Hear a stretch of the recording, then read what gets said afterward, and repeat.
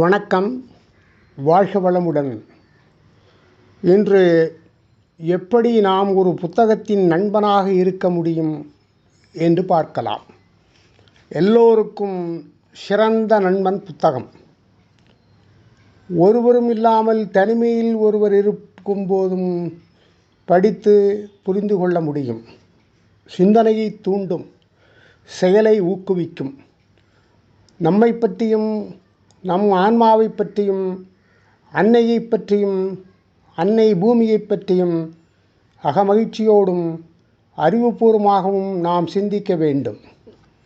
வலிமையான கருத்துக்களை எளிமையான எழுத்துக்களில் ஏறு நடைபோட வைத்தவர்கள் உவே சுவாமிநாத ஐயர், சுப்பிரமணிய பாரதியார், புதுமை பித்தன், கல்கி, நாமக்கல் கவிஞர் ராமலிங்கம் பிள்ளை, பாரதிதாசன், கண்ணதாசன் முதலிய தமிழ் எழுத்தாளர்கள்.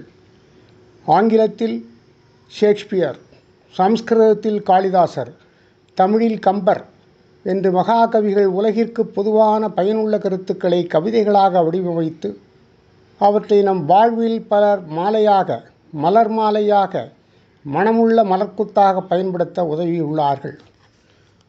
உலகளவில் எல்லா மொழிகளிலும் சிறந்த எழுத்தாளர்கள் சமுதாயத்தில் சிந்தனை விளம்பரச் செய்துள்ளனர். அத்தகைய சிந்தனைகளை நாமும் நம் தலைமுறையினரும் புத்தகங்கள் மூலமாக மட்டுமே அறிய முடியும். ஆதலால் புத்தகங்களே எல்லோருக்கும் சிறந்த நண்பர்களாக இருக்க முடியும். சூதுவாதற்ற நண்பனாக, அமைதி கொடுக்கும் நண்பனாக, நல்ல ஆலோசனை வழங்கும் நண்பனாக, சிந்திக்க வைக்கும் நண்பனாக விளங்கும் புத்தகங்களை நீங்கள் ஒவ்வொருவரும் படித்து பயன்பெற வேண்டும். பேச்சு, கட்டுரை, பொது அறிவு போன்ற துறைகளில் பயன்படுத்த ஏதுவான கருத்துக்கள் அடங்கிய கலைக்களஞ்சியமாக மன அமைதிக்கும் சுய முன்னேற்றத்திற்கும் ஆன்மீக வளர்ச்சிக்கும் பயனுள்ள நல்ல கட்டுரை பகுதிகளும் பயனுள்ள கூடுதல் புதிய பகுதிகளும் அடங்கிய புத்தகங்கள் உங்களுக்கு மிகவும் உதவியாக இருக்கும். ஒவ்வொரு மனிதனும் அடிப்படையில் நல்லவரே என்றும் ஒவ்வொருவரிடமும் ஏதோ ஒரு திறமை ஒளிந்து கிடக்கிறது என்பதையும் நான் மனமாற நம்புகிறேன். புத்தகங்கள் மாணவர்களிடம் நல்ல பண்புகளை வளரச் செய்து சிறந்த மனிதனாக வாழச் செய்யும் வகையில் சிந்திக்க வைக்க முடியும். புத்தகங்கள் பற்றியும் நம்பிக்கையும் வெற்றியும் தரும் நல்ல கருத்துக்களை தாங்கும் கட்டுரைகளும் கொண்ட இதழ்களை படியுங்கள்.